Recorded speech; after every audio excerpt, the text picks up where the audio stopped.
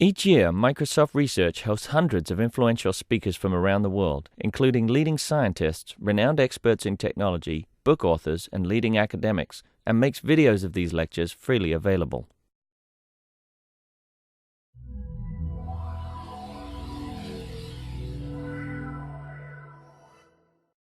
The afternoon here on Thursday. My name is Stuart Tansley, not Kristin Toll, as it is in your brochures. Kristin, my boss, is otherwise disposed in Las Vegas and is helping out with a NUI panel there in Las Vegas, where we have just announced the next phase of availability of the Connect for Windows SDK. Before I get started on our presenters here, on this note, in celebration of us making this announcement on the Connect for Windows SDK, we actually have a cocktail party this evening. It's unannounced. It's a bit of a secret party. You are all welcome. If you come to the NUI sessions, either this one or the next one at 4 p.m., you're most welcome to come to our cocktail party, come and interact with us a bit, interact with each other, talk about NUI, Natural User Interface, talk about the presentations that you're hearing today, and have some hopefully nice drinks and hors d'oeuvres. And we'll tell you a little bit more about Connect and what's happening there. So without further ado, excuse me? Thank you. It is, there will be signs. I have a notice that I'll hold up in a little bit later. It's at 6 p.m. in this building on the top floor, the 8th floor. But you will be guided there if you want to come. So don't worry too much about the details right now. Right, over to our first speaker, Kenton O'Hara. Dr. Kenton O'Hara is part of the socially orientated researchers at Microsoft Research. And all of our speakers today will be talking more about the human factors side of natural user interaction. So we will have a NUI session talking more about the technologies of NUI later today. Today we're going to be talking about the human side of things. Without further ado, over to Kenton. I'll get off. Thanks, Stuart. Okay, so I'm going to give a talk today about some fieldwork we've been doing to inform gestural-based interaction in surgical settings. But I want to start off by thinking a little bit about what it means to be natural in the context of interaction. So if we think about the Microsoft Connect and the various related technologies, they've kind of had a profound effect on our collective imaginations. And there's a predominant narrative around these being much more natural and intuitive forms of interaction for people. So the idea is that they draw on our existing capabilities, such as gesturing during speech, or the way that we use our bodies to manipulate the physical world. And in doing so, we don't have to adapt ourselves, or so the argument goes, to these machines. Rather, our interactions with them are natural. We just use our everyday behaviours. But when we're thinking about NUI technologies and what it means to be natural, I think it's important that we don't adopt this sort of narrow perspective on what it means to be natural and how we conceptualise these gesture-based technologies. So we must be careful, really, that we don't characterise naturalness as some sort of idealised state, something that's stable, something that's completely definable, something that's entirely bound up in the interaction mechanism itself, and something that's detached from the social context. So the argument, when you take this kind of representational notion of what it is to be natural, is that if we can better sense movement and action in the environment, then the better that we're able to represent and model these features, the better our interaction, the more natural our interaction will be. But rather than thinking about naturalness in these purely sort of positivist terms, simply as something to be represented and modelled, we want to think about naturalness of interaction more as something that's achieved by social actors in particular contexts.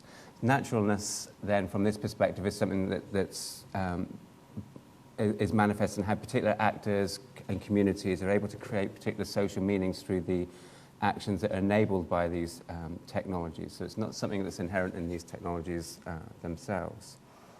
Now, this is more than simply sort of philosophical musings about what it means to be natural and what it is to be unnatural, but it actually has sort of practical significance in terms of the way we approach these technologies and the way we think about them from the point of view of designing for particular settings.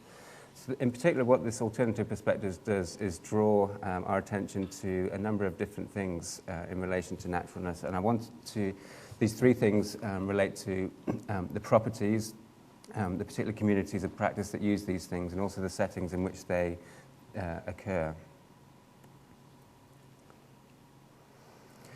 So if we consider the properties and communities and settings, I want to talk a little bit about gestural-based interaction. So we can think about gestural-based interaction not in terms of the actions that we perform, but we can think about it in terms of touch versus touchless.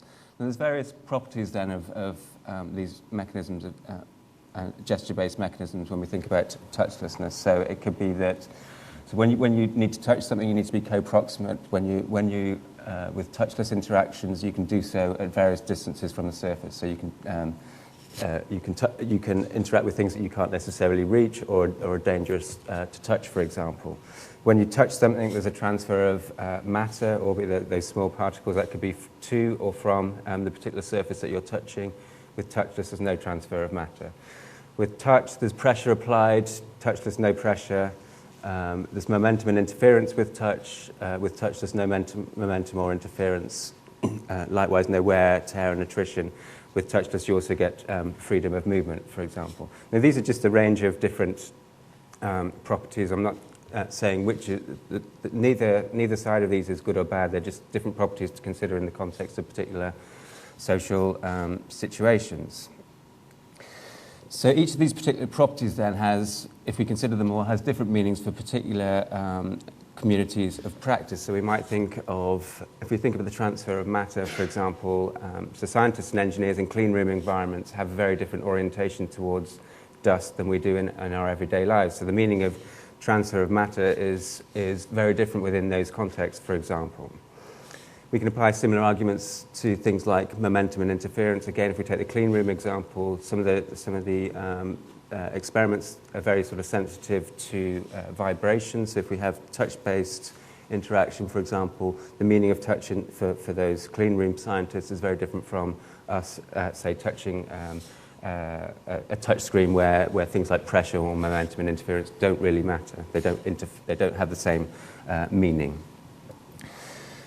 If moving beyond the communities, then we can also think about the particular settings in which these occur, and we can think about these in physical terms, but also in social terms. So there might be particular physical constraints in terms of the setting, the particular architectural arrangements, for example. But we can also think of these environments and settings in social terms. So if we imagine we're in a public space, the idea of jumping around to interact with something has very different meaning to if we're in the home jumping around to interact with something. So we have to consider both the physical and social properties of these particular environments that we are designing for.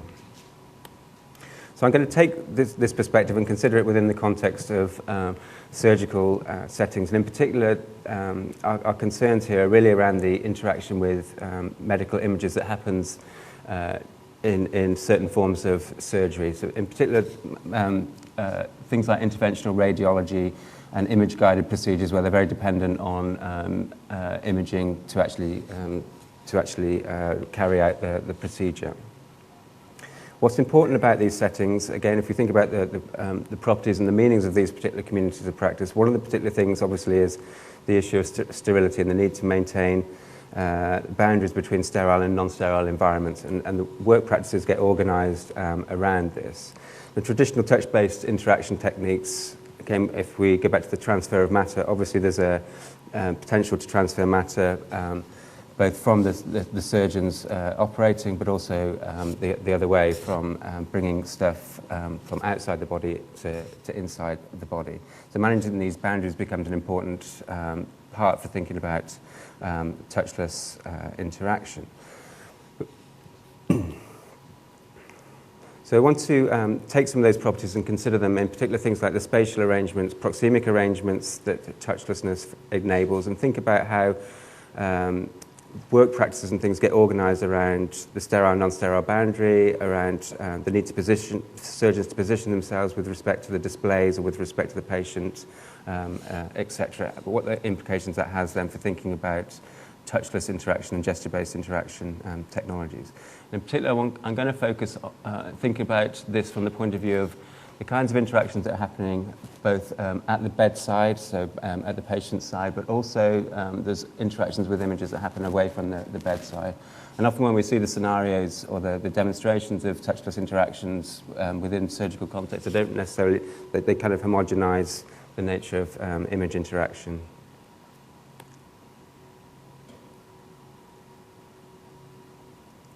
So at the bedside then, actually image interaction requirements are not as complex as perhaps they are when they're away from the bedside. And so I'm going to talk, so these are actually a bit more conducive to touchless interaction in many ways when they're at the bedside. But there's various things that are also going to constrain what people can do, what the surgeons might be able to do here. So for example, when they're at their bedside, there's obviously a high cognitive and physical load. So the surgeons are operating on the patient, they're having to manage the patient. For example, in interventional radiology, if the patient is awake, they have to manage that. They have to manage the other people within the surgical team. They're often holding many physical instruments, which again constrains what kinds of gestures might be available to them at this time. So what happens then given these physical and cognitive constraints is that actually the image manipulation practices get shared across the surgeons and the radiologists. So the surgeons will shout out various simple instructions. So they might be things like move north, move south, next image please, or show me that. Some very simple instructions which have very discrete meaning, and so would be entirely sort of conducive to some of these NUI techniques or even things like voice-based input.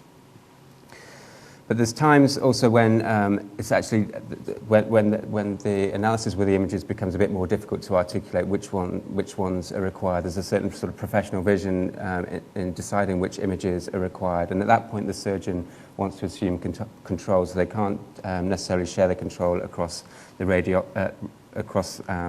the radiographer. So this shared control is actually an important feature. It's not something that you just necessarily want to completely hand over to the surgeon. You need to allow sort of fluid movement between shared control and the surgeon assuming control. If we think about these points, there's limited opportunity for two-handed interactions. Again, if you look at some of the scenarios that have been demonstrated around Connect hacks for these settings, often it's two-handed input. Again, at the bedside, that's something that's actually pretty difficult to do when they're holding instruments, etc.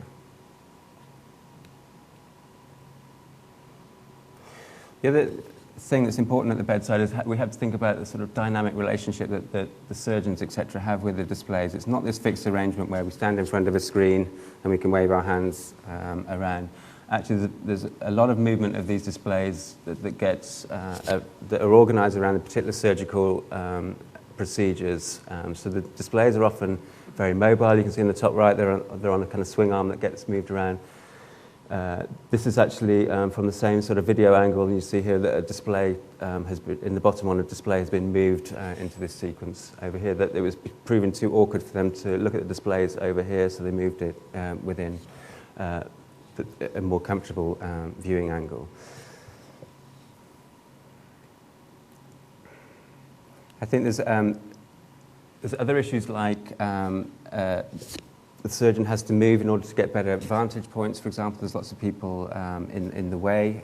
There's line of sight issues. So you can see that the bedside environment is extremely busy, so the surgeons don't always have a clear view to, for example, the display. So you can imagine that, again, with various sensor technologies, how do they get a clean line of sight towards the surgeons that might want to interact with these things? There are other issues such as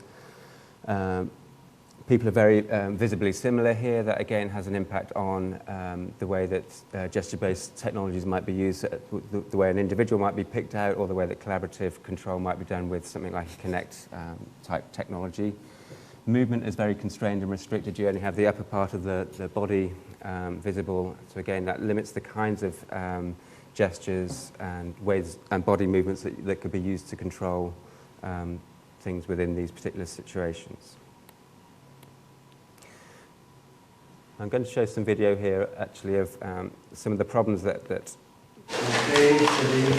when the surgeons are unable to interact with the images. So the surgeon here is operating at the bedside, has realised there's some issue, and he wants it makes him want to go and reference the images. Because he's scrubbed up, he actually can't interact with them. So he has to ask someone over to...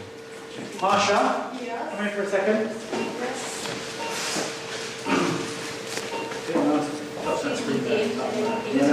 What he's doing is he's not touching the screen, but he's pointing at where he wants to manipulate the mouse. You can see our hand is on the mouse down here, and it's mediated clicking going on. Now this is fine for very simple manipulations, but again, when it comes to more complex image interpretation, actually these things kind of get in the way. So this becomes like a prime opportunity where touchless interaction or gesture-based interaction might fit in with surgical settings, obviating the need for these more mediated clicking when the surgeon needs to assume more interpretive control. So I'm going to talk a little bit now about some of the stuff that happens away from the bedside, and particularly looking at interventional radiology here. So what happens is that this is the interventional radiologist on the right here who's been operating on the patient, and then at a particular point during the surgery comes behind the screen here. This is actually a non-sterile area.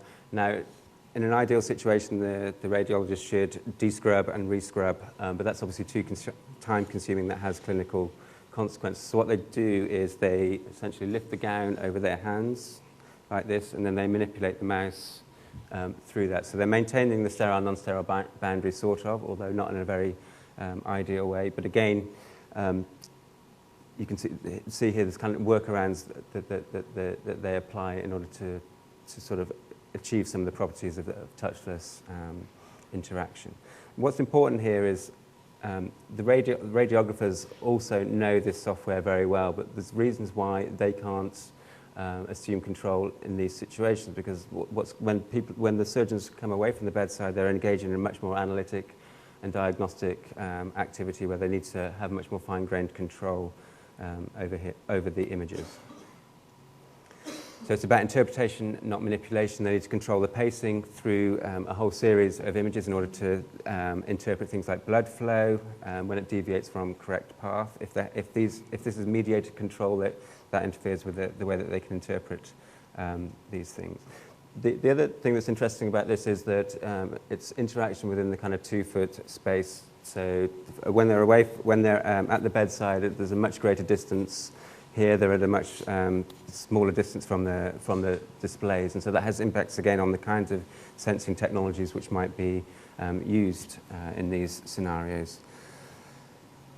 Efficiency and accuracy and responsiveness are much more important here than what we might consider a naturalness of the interaction in terms of what I define as the representational notions of naturalness. And in contrast to some of the bedside work, there's lots more, there's hands, both hands are free here, so there's more opportunities, say, for two-handed manipulation. But there's some other things to bear in mind here. In particular, we can see here that, again, it's not just a single person who's interacting with these images. Actually, it involves collaborative discussion. This interpretation and diagnosis, typically there's multiple people involved. So we need to do things like, the surgeons tend to use the images as something that they can point to in the context of their talk. So we need to make sure that if we employ any gesture-based mechanism, that they don't sort of obscure the visibility of the display for collaborative purposes. And we need to distinguish gesture that's used in the context of talks, like pointing at particular parts of the screen, and gesture which might be used to initiate actions or system responses.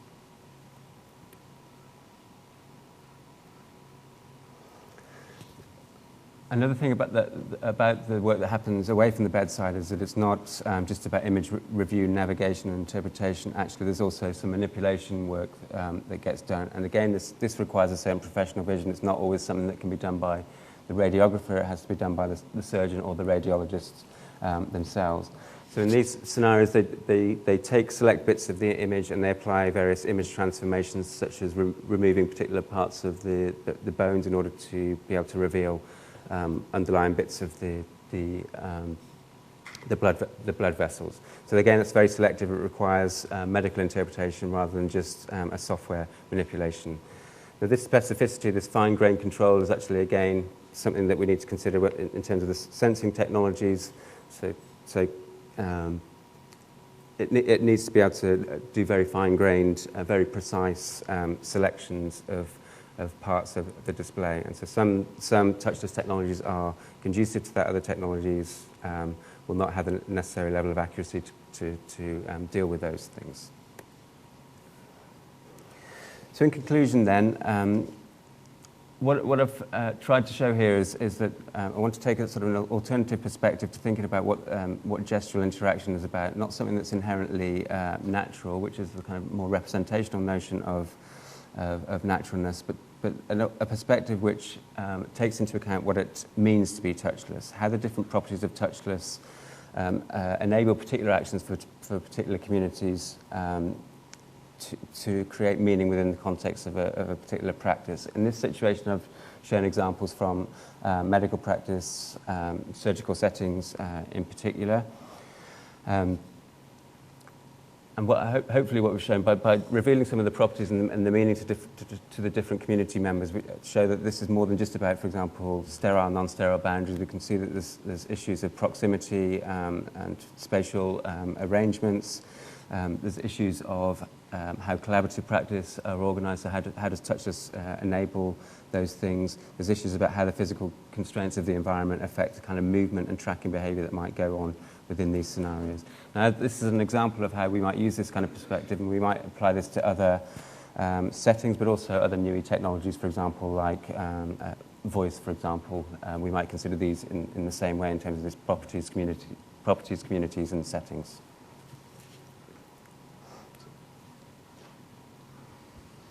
Thank you very much, Kenton. We're open for questions.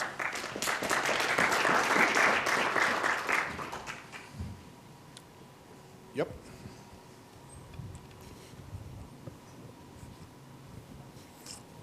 Hello, Anna Ivani speaking from Philips Research. It was an excellent presentation. I really like it. First, compliments. And I was just wondering, did you consider the workflow analysis in thinking workflow analysis, who does what, when, and so on in your interaction analysis? So we are looking at the different roles. In particular, we're looking at the relationship between. So the surgeons is obviously the primary one, but they're also supported by people like the radiographers, and also you saw examples of where they're supported by the nurses. So we're trying to consider the whole setting and the collaborative practices which are going on here, and using those to interpret things like the properties, communities, and settings, and then thinking about that, how that then informs the design of these interactions. So it is kind of taking workflow into account, but it's not just about the flow of work. It's about the organisation of work, and that has physical and social factors which are affecting those things. Does that answer your question?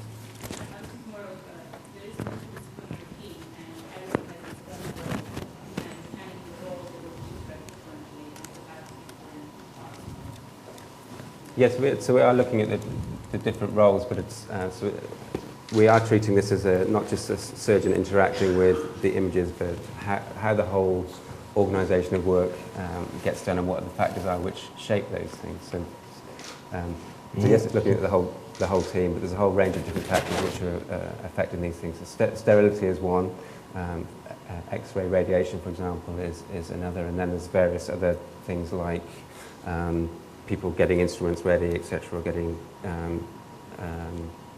various other roles which are happening at the same time. Thank you. Any other questions for Kenton? Yes? Yeah, thank you very much for your talk. I have another question regarding the size of the display. Do you think or did you try out whether there is a difference between acceptance of natural interaction or just non-touchless interaction with smaller or larger displays? Because no, we haven't tried that out, but I think the size of the display is obviously important. So it relates to the notion of proximity, for example. So what distances can they interact? So that's partly related to the sensor technology, but partly also, if it's a big image, you can interact from further away. So the idea behind raising properties like proximity is for those very reasons. It's not just about the sensor technology, but it's also maybe you might have to have bigger displays in order to allow people to interact from the bedside in some ways. So we're trying to think about, use these properties, etc., and the different settings and the meanings within these communities to inform opportunities for interaction, for different types of interaction. It's not a question of simply replacing what's going on here with touchless. It should actually, by putting these technologies in, it should actually change the way that the work gets organised in different ways, how it's distributed across the radiographer or nurses or across the surgeon, for example. It affects the things like the costs of the surgeon moving away from the bedside, for example. If you have a big screen and they can interact with it from a distance, they don't have to come away from the bedside. It makes it much less effort, for example, to interact with it. So they'll start using it in different ways now. Okay, I think we should move on to our next speaker. Thanks again, Kenton.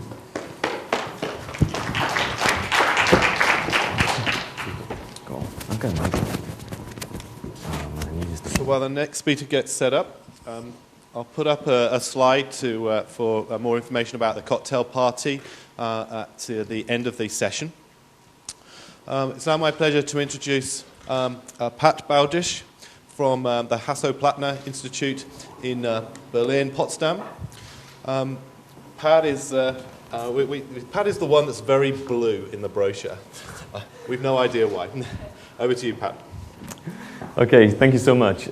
That's right. So yeah, I actually was at Microsoft Research for 7 years after Xerox PARC, and so recently I got curious about the other side of research, which is academia. So I've been a professor there for 2.5 years, and always a pleasure to be back and see good people. So initially the talk was called Toes, Touch, and Tangible, but then I kind of renamed it by the summary, and the summary of this talk is Multi-Touch plus Gravity is 3D Tracking. So this is a much more technical talk, and we're kind of exploring how we can reconstruct things that happen in space based on contact area. So let's start this thing. Okay, yeah, and I'll give a bunch of examples, right? Fingers, objects, feet, and rooms. Let's start this with a quiz, so I need your help here for a second. I'll show you 2 pictures. Okay, this is the first one. And I'll show you another version of this fingerprint in a second. I want you to tell me how the finger was held. Okay, I'll give you a hint, it was not rotated. Okay? Okay, yeah. First prize, there, okay? Finger was pointed down, you get that? Because what you effectively see is kind of this area. So now I'm making this a little harder, okay? Remember? Is it tilted left or right? It's tilted to the right? No, actually, no. It's left, right? So what you see here is the core area of the finger, and because the core area of the finger is on the right, that must mean that the finger was tilted to the left. So this came out of a project that where we made a very, very accurate touch screen, and the trick was that we replaced the touch hardware, which normally only tracks the outline of the finger, with hardware that actually tracks in very high resolution the entire contact area, so that we would get these things, also known as a fingerprint scanner. And so the trick here was, because we knew the entire 3D position of the finger, if it was tilted and stuff like that, and who was the person, we could adapt to the user. We got extremely high precision. I'll show this in a second. But the trick is that from this fingerprint, we can not only identify participant ID, but we can also extract the exact 3D finger position. So you can see that in real time, this finger is not dragging but rolling on the screen, and you know based on the fingerprint you see. And this finger, in contrast, for example, is dragging. And so it turns out by exploiting that, we were able to make a touchscreen device that was about 2 to 3 times more accurate than any touchscreen device before it. Here's the picture of my student Christian who's working on this. So when we were done with this, and we like blue, as you see, when we were done with this whole thing, we were stuck with an idea, and the idea was that by entirely observing the contact area, we can actually extract things that happen in space, okay? So think, and I'll show you in a second how we apply that to tables and rooms and floors and stuff like that. So we can not only recognize objects, we can also reconstruct their pose. So we started applying this to other areas, and in particular on tabletops, this is a very interesting concept, because if you think about anything that's horizontal, gravity kind of helps you. right? On the touch screen, it's me who makes the decision to actually engage with the surface. But if you're having a horizontal surface, then gravity actually pushes things against that surface. So this is a prototype we will call Lumino. It works slightly differently, but what it does is it recognizes objects placed on top of it, and not only objects directly in touch with the surface, but actually 3D assemblies. They're made out of optical fiber, and you can see this here. We're producing this kind of see-through effect that allows you to see not only the marker on the lumino, but also the lumino kind of on top of that. The whole thing is made out of a handmade fused bundle of optical fiber. And the trick is that, unlike people before us, we can now stack objects, and the tabletop surface, which is actually designed to recognize things in direct touch with it, as the term touch suggests, now actually serves as a tracking instrument that tracks things in 3D space. So allowing the computer system, in this case, to comment on how to make these things. If you're curious, we put some instructions online if you have a couple of hours to waste. So the trick of this, again, was the same as before. We kind of solved the 3D vision problem, which is a very hard one. If you've ever looked at computer vision, pointing a camera at things is very hard to recognize what's going on. We solved it in 2D. So here are a bunch of markers, and very faint here, you see another set of markers, and our software solves that with much simpler vision techniques than commonly used. So we were wondering if we can push this further, so we started applying that to people as well. And I thought I'm clever by linking my PowerPoint deck in here, but it actually takes a second to load now. So the idea is, if we're having a whole room that's touch sensitive, what's that like? So officially we thought about this from a slightly different angle. We thought, like, well, how can we bring the concept that you see in things like Microsoft Surface and apply this to a very big surface? So if we want to manipulate 10,000s of objects, as you're aware of, multi-touch systems such as Microsoft Surface have been applied to a lot of entertainment domains, such as sorting photographs and the similar. But sometimes if you're looking at a business application, that business application might actually produce a lot of data, and it's not very clear how we can manipulate like very big amounts of data, like big graphs on a tabletop computer. So an obvious solution is just to make the table bigger. It turns out, while technically possible, it's the damn users again, their arms are too short. So there's a certain limitation to that, and as a result, when you look around, most tabletop systems you buy today, they actually have the size of a coffee table, which is not a limitation of the technology, but a limitation of the people who use it, which in general is much harder to fix than technical limitations. Well, we thought, well, if we made a really big table, maybe we have to step onto the table. So we looked around, and the idea of interactive floor actually goes back to the 90s. Things like caves, there's this with iGame Floor that actually uses bottom projection, and you already start seeing things in shopping malls where people try to use these to kind of get people excited about their products. And yet, no offense intended here, but they were very limited in interaction. We were kind of really seriously wondering how come that the interaction of these things is so limited. So here's a little bit of an analysis to the topic, building on Bill Buxton's 1990 paper on the three-state model. Well, this is what touchscreens look like. Touchscreens are very simple. They have two states. There is one where you touch, that's there, and one where you don't touch, which is there, right? So if you touch the screen, you engage with the screen, and if you don't want to interact, you just take your hands off. So whenever you don't want to interact with the touchscreen, you do this by just raising your hand, and you're good. So we tried to apply that to the floor as well, and it turned out to require much more practice than we were initially thinking. So while it's quite possible to interact with the floor, it's very hard to not interact with the floor. And so most of us didn't manage to escape gravity for longer than a second. So what you effectively get is you get a two-state model with one of the two states being unavailable because you can't not touch. And so this is roughly the same as if I went to your office and glued down your left mouse button so it would be engaged all the time, and you try to interact with your computer and you would be clicking the whole time. So in order to solve this, we needed new multiple states, and we started looking at gate analysis for that, and I'll show you in a second how we do this. In order to do this, we actually switched from like a classic front diffuse illumination model, which kind of effectively looks for shadows, to frustrated total internal reflection. I don't know how many of you are familiar with this. I suppose a bunch of you. So the idea is you inject light into the side of an acrylic pane, and then any object that gets pushed in against the plane leaves this kind of this visible imprint here. This is not Photoshop. This is actually real. So light comes in here with an LED, and where the sole actually touches the acrylic, light escapes, and the camera can recognize that. So this is one of the pictures you get out of our floor. And the trick here is you actually get it's very high resolution. You get a lot of detail. You actually can recognize shoe prints, and I'll show you that in a second. You also get weight distribution, so you can see that the user is actually standing on this foot here. And so let me show you a little bit more what this looks like. So envision you're kind of under the floor, you're looking up. So we can start distinguishing users.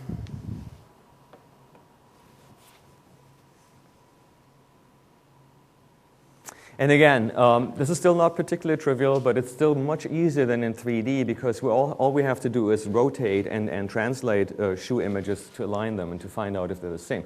The first prototype we built was actually very, very small and humble. We just used a bunch of tables and had this very small interactive surface, and I'll show you kind of the bigger things a little later. So the question was, how would we interact with these things? The term manipulation means manos, the hands. So no one really knew we were talking about pedipulation or whatever that would mean. It sounded kind of weird. So what does it mean to interact using feet? And one of the things, the first one that came up was exactly this kind of missing state I was talking about. So how can you walk over a surface without setting things off? So we all remembered our introductory classes to human-computer interaction. So we did some paper prototyping. And so we asked people to not trigger the cancel button, but to do trigger the OK button. So one person kind of dwelled on it. The next person, she decided to kind of jump on the OK button. And again, this is all just papers, just to inform the design process. He kind of stomps on it. He taps on it. I think we had 12 answers overall. Not all of them are equally plausible. The dwell time, for example, means you can walk around on your floor, but whenever you stand, something will go off. And so we felt that this would really prevent people from stopping on these things. And we eventually went with this model here. A user walking through is actually ignored, while a user tapping here coming from above is actually recognized. And if you look at this from the floor's perspective, whenever you see a heel and a ball kind of in sequence, then we think this is actually an interaction that we will ignore because that's just the user standing and walking. But in contrast, if we see the individual ball of a foot like so, then we think that's actually something we want to consider in the interaction. This gait analysis is possible because we used FTIR for this whole thing. So we made a bunch of different modifications. It turned out feet are actually much more precise than we thought, as long as you give people a specific hotspot to hold on. You can't just use the center of the contact area. You actually need to tell and agree with people on what part of the foot is actually relevant. Based on that, something like 10,000 objects could be handled on an area of 3 by 4 meters, which sounds like a lot, but I'll talk more to this later. So I'm skipping over a couple of things here, but let me just show you in terms of algorithms. Initially, we started out with FrontDI to help us identify the foot, but in the meantime, we've gotten rid of that. So all we do at this point is we're extracting the FTIR image, and we're comparing this against a database of feet. We're still not particularly happy with the algorithms. There's still kind of an O of n kind of in there. But we have moved everything onto the GPU by now, and so things are reasonably quick at this point. And so effectively what we do is we see a bit of a foot thing. We try to rotate it using a phase correlation, and then we shift it around also using phase correlation, try to find the matching foot. So here's one that was a little bit off topic, but really inspired whatever came afterwards, which is kind of homage to Johnny Lee. If you've seen that online, the idea of doing fish tank VR, you kind of tilt your head and you can start looking around objects. The way we do this is by extracting the pressure distribution. So it's kind of a wee balance board kind of thing, like so. So if someone leans forward, we kind of see more pressure on the tip of their feet, and that's what we do. This is the group of undergrad students who's working on this with us. And so when we were done with Multitoe, this was published at WIST a couple of months ago, we were wondering what else we can find out about the space above the floor. And so we were wondering if we can generalize the concept and actually make entire smart rooms out of that. And so again, let me click this link here to load this. And this has been actually very interesting. So if we can do simple head tracking, maybe we can learn more about what happens in spaces. So this is kind of homage to something that kind of started in the 80s with Mark Weiser and the whole idea of ubiquitous computing and smart rooms. This is a quote here from a paper from Microsoft Research called Easy Living.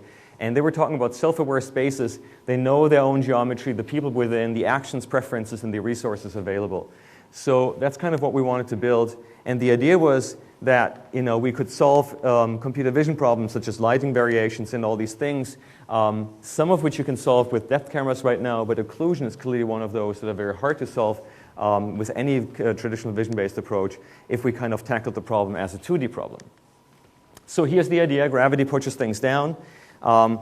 The idea is we touch-enabled all the surfaces, so we put in a table that's touch-enabled, the chair that's touch-enabled, the floor that's touch-enabled, and then what would happen is we would see imprints. So everything that happens in our room now, because gravity kind of forces it down, would leave some sort of an imprint, and we would start seeing how much of these things we could recognize. And so you could think of this as like any object's like multiplied with its pose will produce an imprint, and the question is, can we invert that? Can we look at an imprint and reconstruct what object and what pose cause that? Because if we can, we could effectively turn this whole computer vision problem into a 2D problem. This is actually, I'll show you this in a second. We actually made a bigger prototype for that. But the idea is eventually this would lead to more reliable tracking. So we started trying this out. And we started IDing a lot of different things. So feet I already showed you. I'll show you pants in a second. We'll look at textures of sweaters and things like that. This is a BlackBerry curve. We see lots of things we never wanted to see. Yeah, BCI used to stand for brain-computer interfaces. Anyway, so even pants have like these things. You know, the seams have different distances and things like that. So there are a lot of things in the world that actually have properties of fingerprints. And so to explore that, we made a new prototype. And so just because we wasted so much time on it, let me show you some of the pictures. This was before we put this thing in. So we moved into a new building. It's not the type of thing you normally construct, just, you know, but we had the chance to do that, so we did it. So we had to get a license for the glass. That broke a lot of glasses. It's half a ton. So the thing you realize is normally when you make a prototype, it's just about but if you make a prototype that's part of the building, then you need to get a license for 5 people per square meter. And so what you see here is 5 people per square meter. And then this thing is pointy there and weighs 40 kilograms. And that's what it does. It's hard to use it afterwards.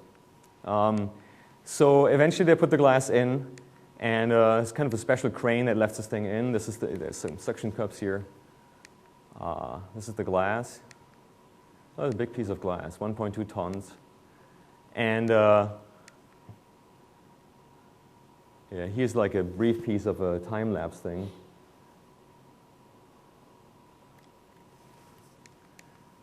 So there it is. So, and then actually, this was only like 2 weeks ago. We were like, okay, we need to get this thing working now. So this is why I called this talk about toes. So we start cleaning the glass. You have still the same concept. You have glass and acrylic, and you don't want any dirt in between. So we started cleaning the glass. This is the acrylic. Peel this off. Smart was kind enough to let us have a bit of their compliant surface, which is kind of the special tablecloth you need to get good optical transfer between the different layers. And this is in the room below, the mirror and the projector. And so there we go. So this is what it looks like. Start seeing people. Apparently, our students can't all afford shoes.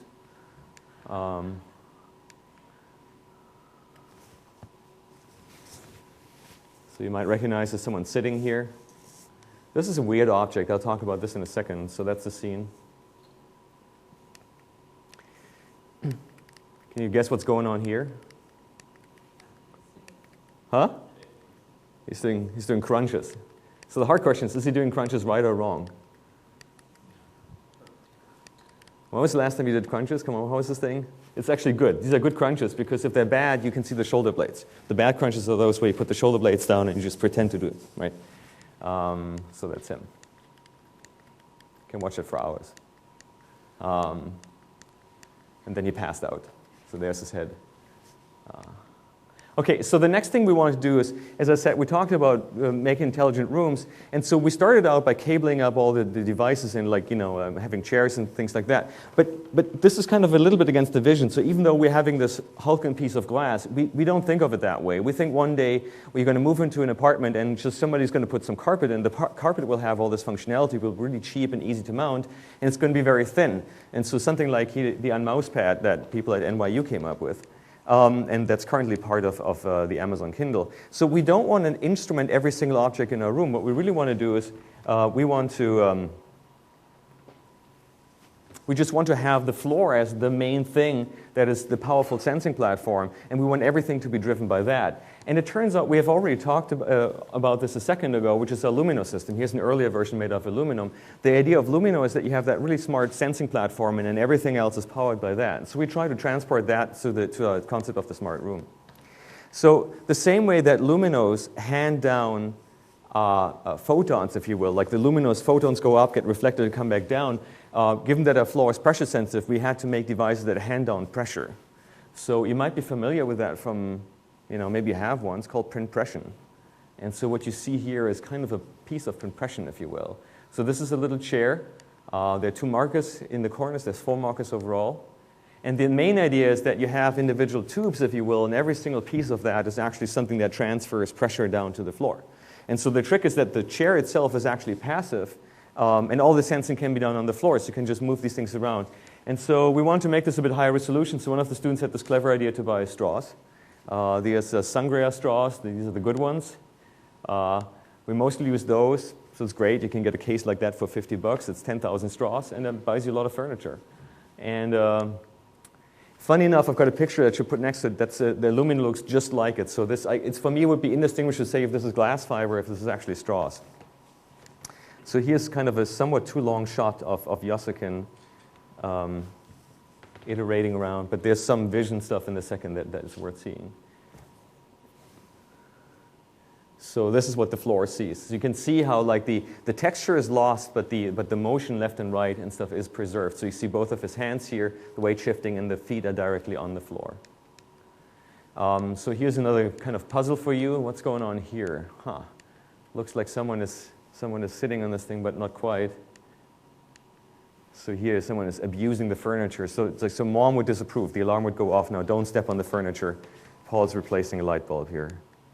Okay, we made a sofa as well.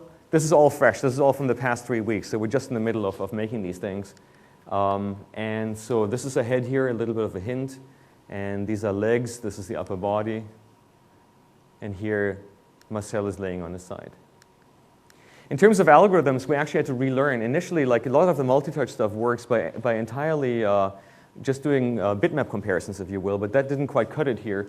So at some point, we need to separate. We do texture separately, and then we do kind of the high-level structures in a separate step. So this is kind of what someone standing looks like. They're like a heel and a ball with a certain distance and a certain thing in a stance distance here. This is slightly more advanced, a person kind of sitting on the ground. And again, you have certain constraints. There's like 4 kind of hotspots here, the 2 heels and the 2 leg bones. And the leg bones have to be inside of the pants, and then there's certain, this has to be like leg length, whatever that means. So there's some elements of fuzzy logic. And it turns out that's actually quite performant, and we compute that. So I didn't quite get this into the talk, but we've got first video of things that actually do these things. And then obviously we can help ourselves by throwing in the recognition of the individual components to amp up our recognition rate. So the moment this actually does look like a pair of pants, that really helps us. This is the team of students who are working on this with us. Okay, so that's it. I mean, so the main idea of this talk was I tried to convince you that we can get a lot of 3D tracking stuff. And 3D, I mean, I know that all computer vision is 3D in nature, but we can basically learn about 3D spaces based entirely on contact areas. We did that with fingerprints, with for our mobile devices, then with the Lumino objects, with feet, and now we're trying to do this with entire rooms. And so we think this is a really interesting concept. To kind of reduce kind of 3D tracking to this. We think this is interesting for 3 reasons. The first one is we don't have to necessarily instrument any components. We could just have like a big infrastructure in the room. Again, we think of this as at some point that you're just going to buy some carpet. It's going to be really cheap and easy. Obviously, it's not right now. We think ultimately it's more reliable because the algorithms are simpler and that's kind of the last part. Photons can be blocked, but like kind of gravitons, if we ever find them, cannot. So anything that's contained in a room eventually has to manifest itself somehow. So we have some occlusion issues, but we're kind of curious to see what things we can learn that traditional vision techniques will not be able to do. This was all published at Chi and WIST in the past 12 months, and for the gravity space thing, we're kind of on it right now. And that's kind of it. I want to thank my students, and if you have any questions, I'll be happy to answer them. Thank you, Pat.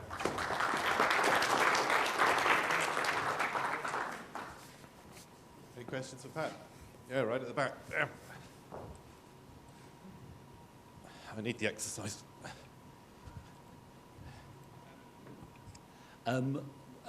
What about haptic feedback? Huh? Haptic feedback. Haptic feedback. I haven't thought about it. Haptic feedback. This thing has no haptic feedback, obviously. As a matter of fact, we're having a completely separate project right now that does haptic feedback on touch screens. I don't have any pictures of that, but I'll be happy to talk to you offline about that. So we're trying to kind of pair up a Falcon, I don't know if it's Phantom or Falcon, one of these two as a force feedback device to a touchscreen and doing some crazy stuff with that. I think it would kind of correspond here if we had motors on your rug and we kind of pull the rug under you. Do you have any use for that? I mean, okay. There's a lot of brainstorming possibilities here. Albrecht has a question. Just one comment there. Hold on. Just one comment on the force feedback on the floor. I have recently seen one with sort of these body shakers mounted to a floor. It's a very interesting experience. What's a body shaker? It's basically what you buy for a home cinema to vibrate your whole chair. Basically, it's between 10 and 50 hertz. I see. You can create sort of vibrations, and you find it in other areas as well. So I think mounting those to a floor creates a very interesting sensation. So I'm not sure if all people appreciate that thing. So, but it's an interesting space to go into. It sounds like a really. We totally need to try this out. I will. I promise not to check with the building commission, and we just hope that the floor holds up. I tell them that I get new students next semester, but they think this is not enough reason. A lot of people want to try that. Yeah. Any other questions for Pat? Everybody's gone quiet. Well, thank you very much again, Pat.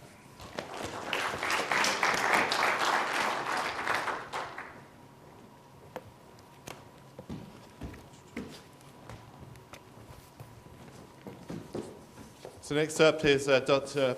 Mark Runsfield from Lancaster University in the UK. He's a senior research fellow there. He's a man of mystery. There's no bio for him in the brochure, so you'll just have to Bing for it. But he has some bio information coming up. Okay, over to Mark.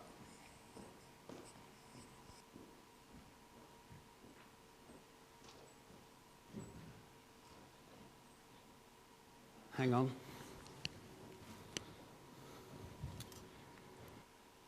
Is this working? Yes. Oh, good. Okay. This is going to be a different kind of talk to what you've just had. There is no technical content.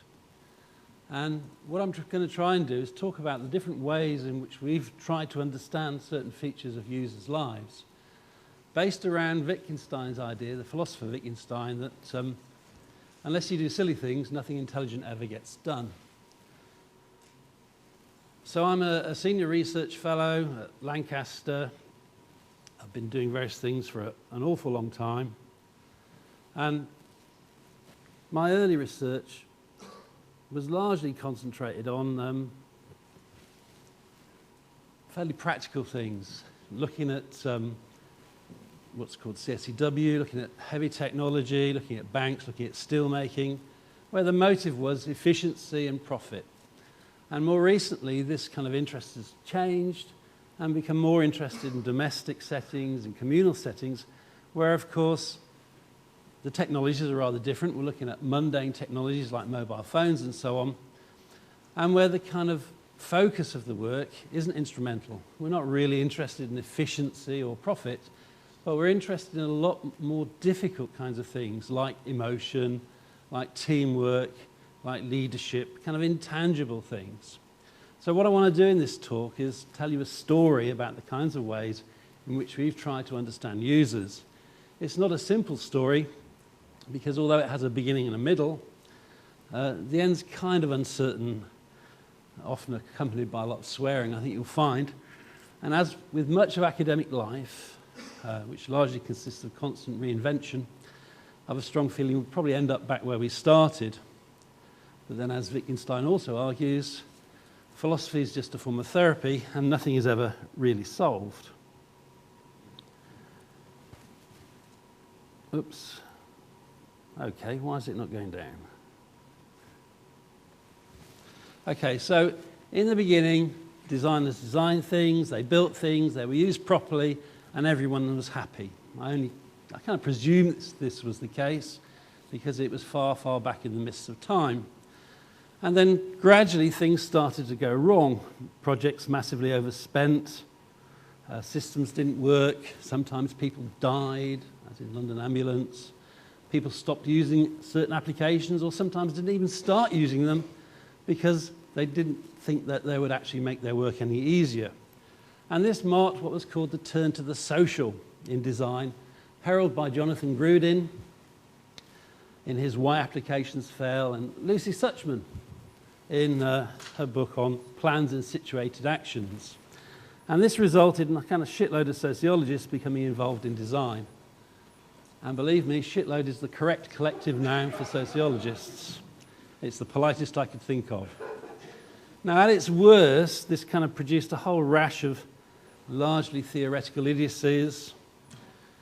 Little could poor old Jonathan and Lucy know what complete bastards they'd let into their party, opening the doors to a kind of horde of mangy, argumentative, and plain nasty social scientists, producing largely self-satisfied, smug, and bloated claims about the nature of the social world, where apparently any claim, no matter how transparently stupid, would do, because of course everything is relative.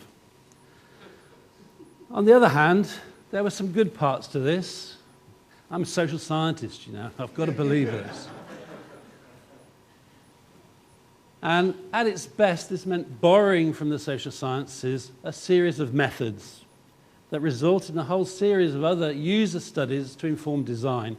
And in particular, what I want to start talking about are ethnographic or observational studies. Now, ethnography is, of course, an observational method stolen from social anthropology, people like Malinowski, Radcliffe Brown, and so on.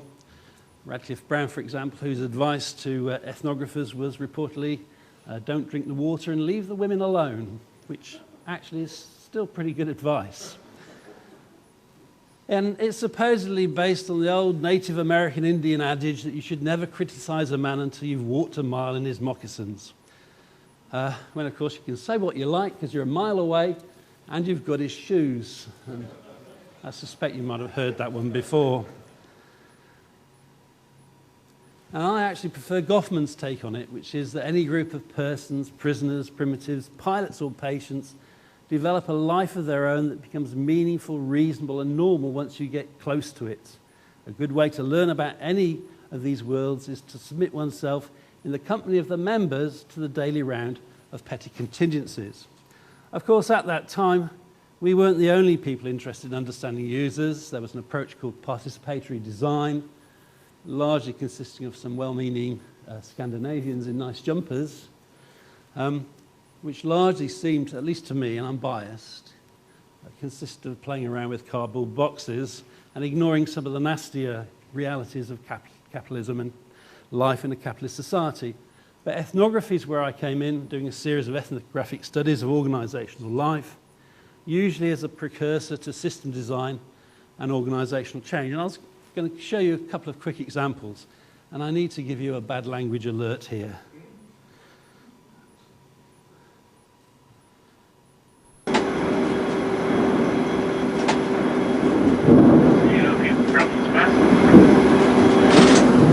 It's fucking Barmy now. It's fucking 2.5 metres. It's longer than what it is the width, and it wants you to get it from 1 metre wide. It's fucking Barmy.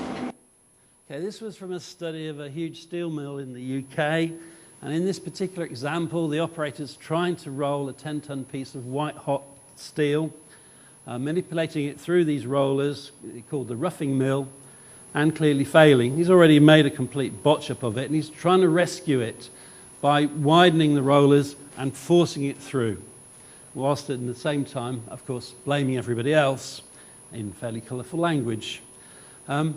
What's less clear in this video is that by the time he'd finished, he'd completely wrecked that particular piece. He'd succeeded in getting it through the mill, but it was ruined, though, of course, by the time that was found out, it really didn't matter because he wouldn't care. Here's another example of some of the kind of ethnographic work I did in my early days. This is of radiologists looking for breast cancer. Here we were interested in evaluating a tool, that thing on the right-hand side there, which was designed to help them detect, not diagnose, detect cancers through the provision of various prompts. So here in these pictures, we see the radiologist looking at various mammograms, using a magnifying glass to bring the image closer, measuring where a suspicious object appears on one image so she can look for it on another. And down here we have the kind of system that developed where there are prompts. So, for example, that one on the left-hand side, that there is, I think it's a microcalcification, and it has a ring of confidence. It's fairly convinced that that's a cancer. On the other side, we've got a spiculated lesion. It's not quite so sure about that. Now, what emerged from this kind of studies is what radiologists like most about this kind of machine, which is they liked its consistency. It's what people like about technology, consistency. It's a kind of Terminator 2 type argument. If you've seen Terminator 2, you'll know that when Arnie's rescued Sarah from the mental asylum and they've gone out into the desert before she digs up an arsenal of weaponry in order to go out and shoot a computer scientist, that she's looking at Arnie and she starts saying things. And what she says is, look, he'll never hurt him. He'll never be too tired to play with him. She's kind of eyeing him up as a possible husband, this Terminator. And it's his consistency that she liked. And in the same fashion, our radiologists like this technology, despite the problems that they found with it, because of its consistency. They knew that they would have bad days, days when they would come in perhaps a little hungover, just when they're tired. But they knew the machine would never tire, and so it would give them a consistent result. So what did we learn from these kinds of studies of users? Well, we learned for a start that users never read the manual, and yet we continue in the hope that they will. We learned that users rely on a range of resources to do their jobs, resources to do with planning and coordination and awareness, and that sometimes it's not always easy to say exactly how people do their jobs because of things like tacit knowledge, professional vision, and so on. We also learned the importance of what I always think is the classic design question, which is what to automate and what to leave to human skill and ingenuity. And it is exactly these kinds of user studies that are intended to try and bring this out. Right? So what we see then is the need for these kind of user studies and the process of becoming a user of a technology. Now, when I talk about becoming a user, I want to talk about drugs, I suppose, because becoming a user is stolen from a classic piece of sociology, which is Becker's study of jazz musicians called Becoming a Marijuana User. And talking about Becker and users and pursuing this drug theme a little more, I suppose you can see other similarities between drug dealers and software developers. They both call their clients users, for example. They both provide free samples, usually. They often aim at the same kind of demographic, 14 to 25-year-olds with loads of money. The product they develop is addictive. You know, look at World of Warcraft and tell me that's not addictive. Drug dealers are often seen in the company of pimps and hustlers. Software developers, well, you've got marketing men, haven't you? Drug dealers drive fast cars and have beautiful women and loads of jewelry. And that's where the analogy, of course, falls down. And in his study, what Becker does is he argues that becoming a user requires a progression through various stages. We learn to become users, that we have to learn to get the effects, we have to learn to recognize the effects, and then we have to learn to appreciate and enjoy the effects. Now, I've never really bought this when it came to marijuana. I kind of wonder where he was buying his stuff. But I think this kind of progression certainly works for computer applications and some computer games, where we can see that these kind of processes of getting an effect, recognizing it and appreciating it certainly take place. Of course, not all applications or drugs follow this particular path, and I'm sure you can think of some applications where, you know, the enjoyment has been instant. Certainly think of some drugs where that's happened. I remember the first time I tried Viagra. Sitting down to dinner, instant effect.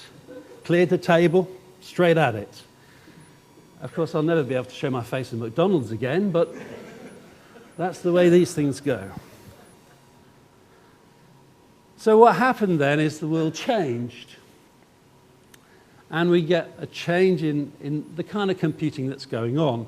Computing shifted out of commerce and industry with relatively simple, what seems simple now, demands of profit and efficiency, for which studying users was important, and moved into the home and a number of other areas. And a whole series of other things became important, such as fun and joy and intimacy and obligation and community and so on. All of which are much more difficult to study and design for. The old observational methods we were using became problematic. It's kind of hard to follow people around their house without them noticing or worrying about it a little bit.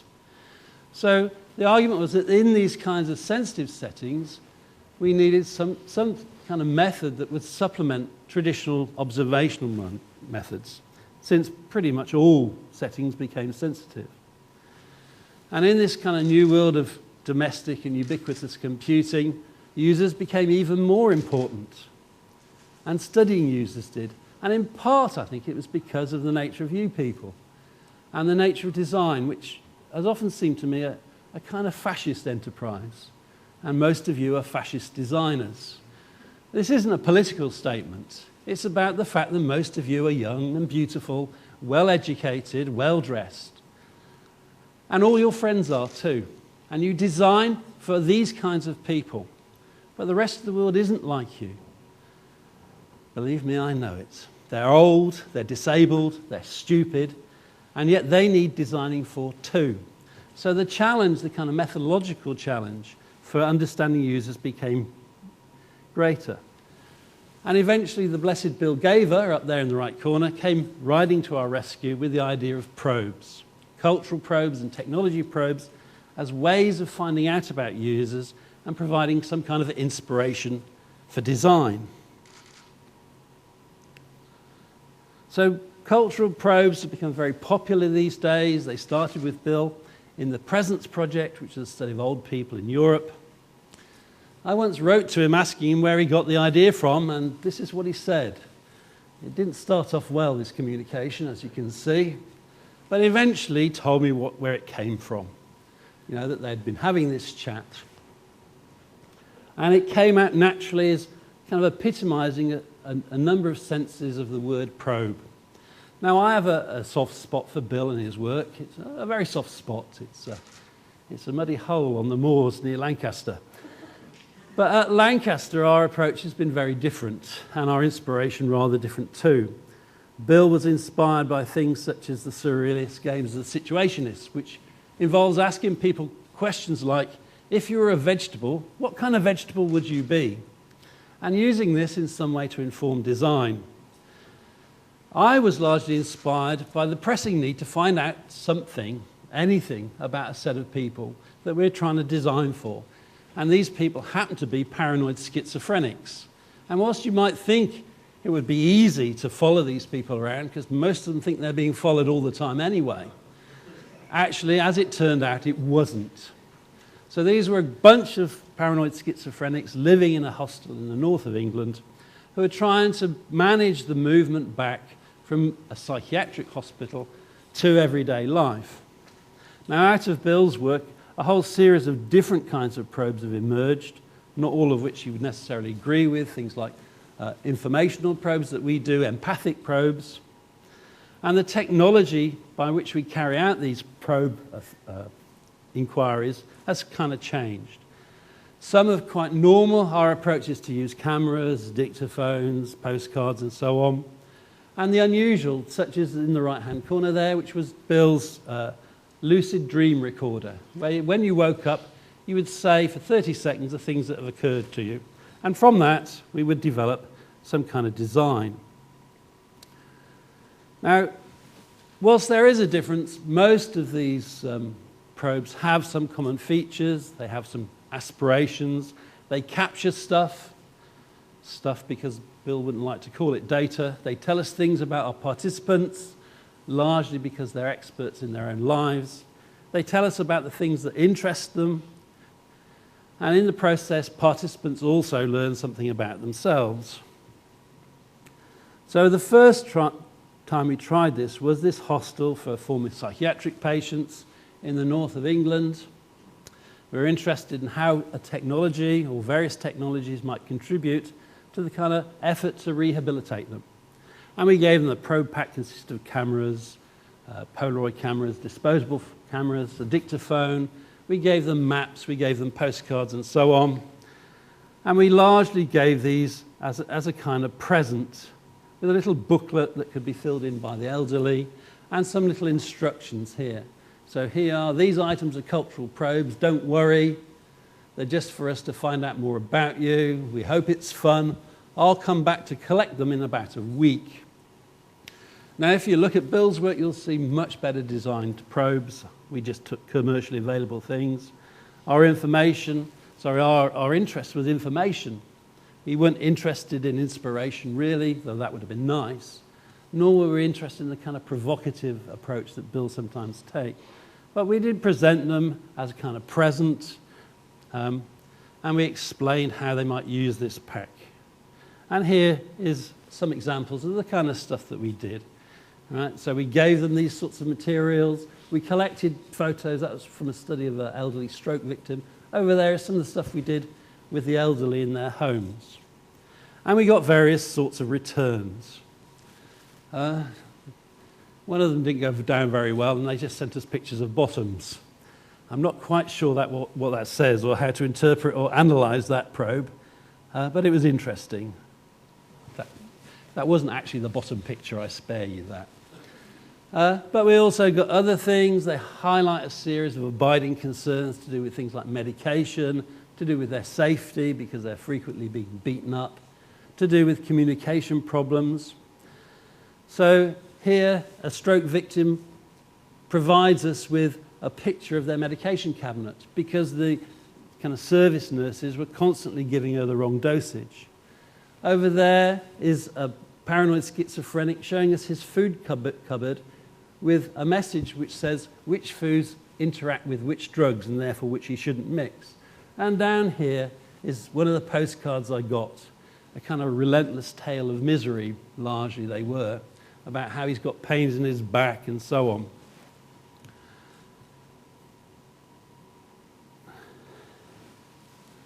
We also tried this approach with a friendlier bunch of people, I suppose, which was the climbing club at the university and the development of a messaging board. So again, we gave them this set of probes to try and find out something about their lives, the importance of climbing, how their activities were coordinated.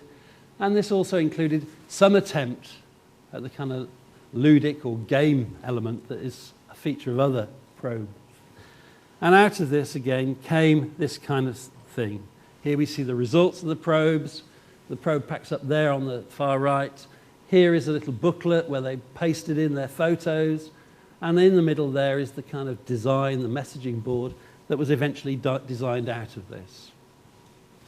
At the same time as we were doing this, we began to think about technology in terms of using mundane technologies as a way of actually carrying out research. And we started to use phones. So we started to use mobile phones as data collection devices, largely through blogging attempts.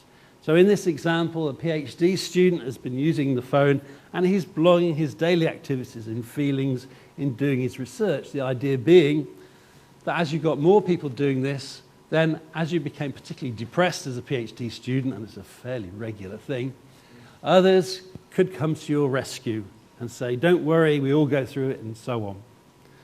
We also tried this approach in Australia. This was a group of Australian smokers who were trying to give up smoking and blogging their attempt. They used a Nokia life logging application to document their attempts to give up the noxious weed, and it included things that inspired them. So over here on the left, these are the things I can have if I didn't smoke, which largely consists of ice cream and sweets and stuff. The guy in the middle, which you can't see very well, largely seemed to take pictures of himself smoking. But the idea is out of this would come some sense of the patterns of their lives. When would they be most tempted? When did they most crave a cigarette? And the idea then was that when we worked out the rhythm of their lives, that they most craved them, for example, at 5 o'clock after work finished, that would be the time when we could send them a message. And it could either be a supportive message saying, you know, you can do it, or it would be a less supportive but warning message. This is what your lungs are going to look like if you carry on the way you are. And the more perceptive view will see here the beginnings or the kind of similarities with an approach known as Tyler's approach called nudge theory. Nudge theory is a kind of bastard offspring of behavioral psychology and behavioral economics, which is exemplified, its kind of triumph is the urinal at Schiphol Airport. I don't know if you've heard of this, but here the idea was that men, when they go to urinals, they just kind of spray everywhere. And so what you do is you have to concentrate. You have to get them to concentrate. And how do you do it? You do it by painting a fly on the toilet. And when you come in, you go straight for it. This is just a kind of dramatic reconstruction. I'm exaggerating for the... Don't feel so intimidated. And this is a kind of right realist approach. You see it in crime too. So, for example, for a long time in crime, people have been interested in why people commit crime. And I think in about the 90s, people got fed up with this. You know, they say, well, there's endless theories about why they do it. I don't care why they do it. I want them to stop. And so right realism came out and said, well, let's not study criminals. Let's study people who actually obey the law and see why they keep obeying it. And that's why you get all the emphasis on surveillance, CCTV cameras. And this is the same kind of thing. And it seems to me that this is kind of the next stage. It's part of persuasive technology and so on that we're going to be moving. So, oops, I've lost me. There it is. So what does this all mean? What's the point of understanding users? Well, Casey, I think, is fairly clear on the matter, you know, that unless our technology is going to succeed or fail based on our ability to minimize the incompatibilities between the characteristics of people and the things that we build. But I particularly like this phrase, which comes from Sachs, which is actually about the telephone, but translates, I think, to almost any technology, which is, it's the source for the failures of technocratic dreams that if only we introduce some fantastic new communication machine, the world will be transformed, where what happens is that the object is made at home in the world that has whatever organization it has. So our task is to find out something about the organization of that world in whatever setting it occurs, whether it's commercial or the home, where all sorts of different values come into play. But it's not easy. What exactly do designers want from user studies now? What kind of understandings do they want? And I'm afraid we've got another bad language alert here.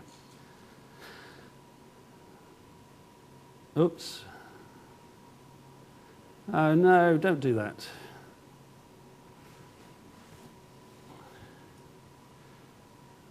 Oh. I'm afraid it doesn't want to do it. No, it's a really nice language, isn't it? Yes. No. Bum. Yeah, I wonder how I could do that.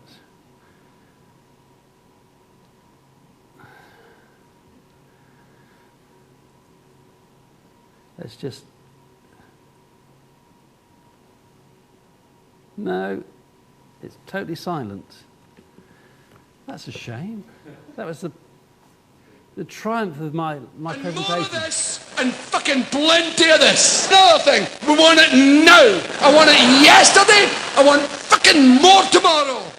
And the demands will all be changed then, so fucking stay awake. Do you want to hear that again? Let's just see if we can get it this time. No, it's not going to do it.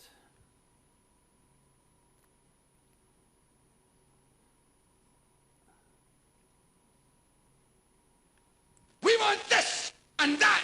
We demand a share in that and most of that, some of this and fucking all of that. Less of that and more of this and fucking plenty of this. Another thing. We want it now. I want it yesterday. I want fucking more tomorrow. And the demands will all be changed then, so fucking stay awake. Thank God for that.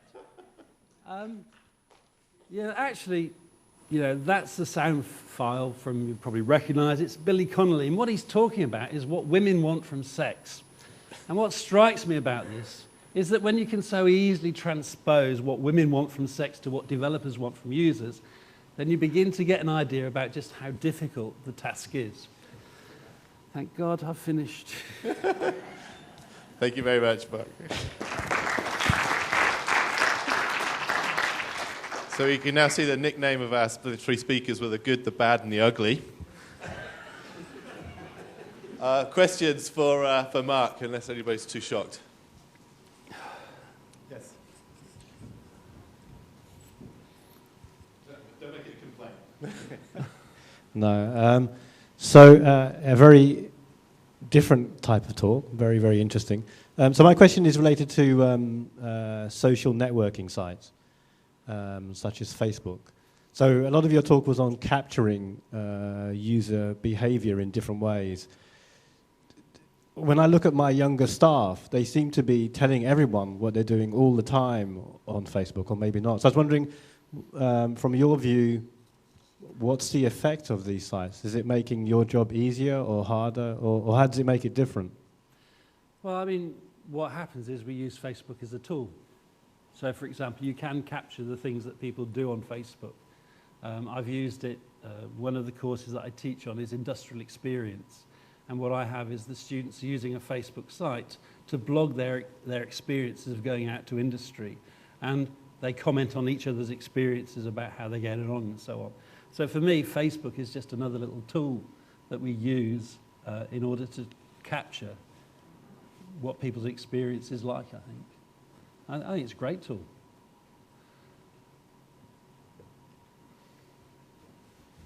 Another question?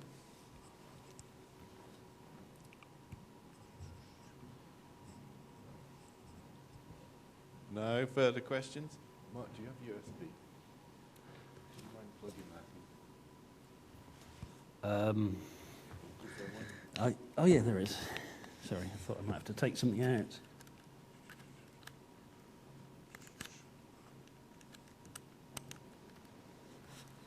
So maybe I could ask a question, Mark.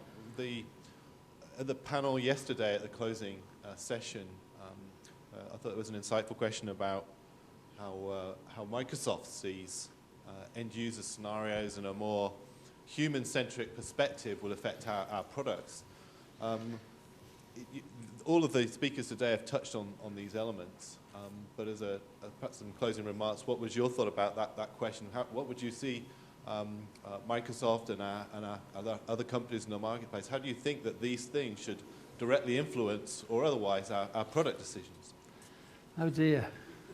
That's a difficult question. You want me to design stuff for you? I've resolutely avoided design issues all my life. I do studies, and what I do is I pass them over to people who actually know what they're doing with design. But what I say is that what comes out of our kind of work, I mean, at the very least, it tells you what not to do. For example, you wouldn't build a Sinclair C5, if you've ever seen that. I mean, which idiot was advising Charles Sinclair when, was it Clive Sinclair? When he built this electric car that was about 6 inches off the ground and had no protection.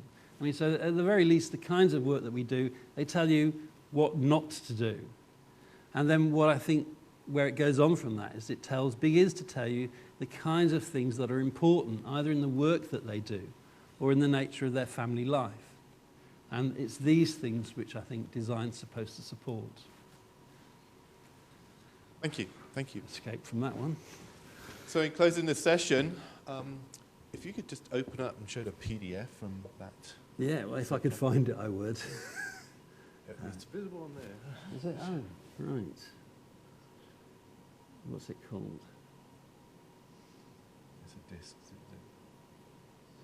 Oh, no, don't.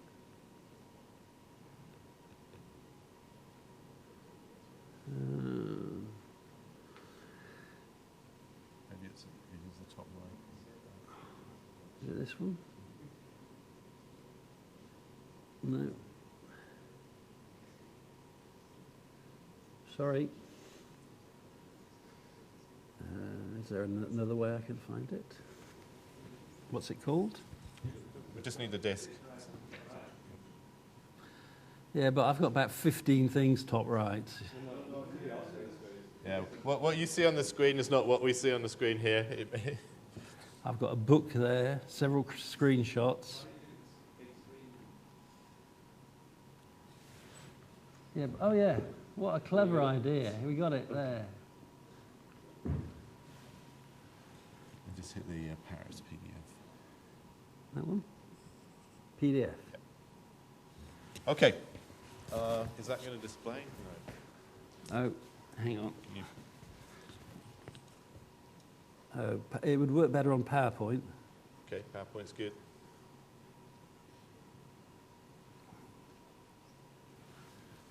Yay. Right, so this famously answers the question, where and what the hell is this cocktail party about? So I'm a member of the Natural User Interface team in Microsoft Research Connections. Kristen Toll and I are that theme. Kristen Toll is in Las Vegas. We made the announcement yesterday of a lot more detail about what we will be releasing later this spring with the Microsoft Research Connect for Windows SDK. You saw hopefully a demo of an early version of that with the Worldwide Telescope in the Demo Fest area. If you want to come and help us celebrate that really significant announcement for us yesterday, then 6 p.m., which is after the summit finishes, in the free time, there's no other things, as far as I know, booked this evening. But if you have nothing else better to do, if you're fed up with Paris now, come to a really nice space at the top floor of this building. It's a beautiful environment, and we're just going to be drinking some cocktails and sharing some hors d'oeuvres. It's called the Explorer Room. It's the 8th floor, but we will have guides to get you there. It's the Microsoft secure area, so we have to badge you in. But don't worry, there will be people guiding you. Phil Rosenfeld, who's come all the way from the University of Washington, our astronomer, will be there. We may or may not have the Worldwide Telescope going. It's in question, just depends on how long it is to set it up. But there will be Kinect games. There will be some music, I hope, but most of all, there'll be some drink and some food. And it's only 90 minutes. We're just going to keep going just for a little time. You'll have plenty of time to go for dinner if you want to after that. So thank you for enjoying our sessions today. There are 3 speakers. Thanks again. And enjoy the break now for 30 minutes. Come back for the next session on natural user interaction, chaired by Andrew Fitzgibbon at the back of the room. Thank you very much again.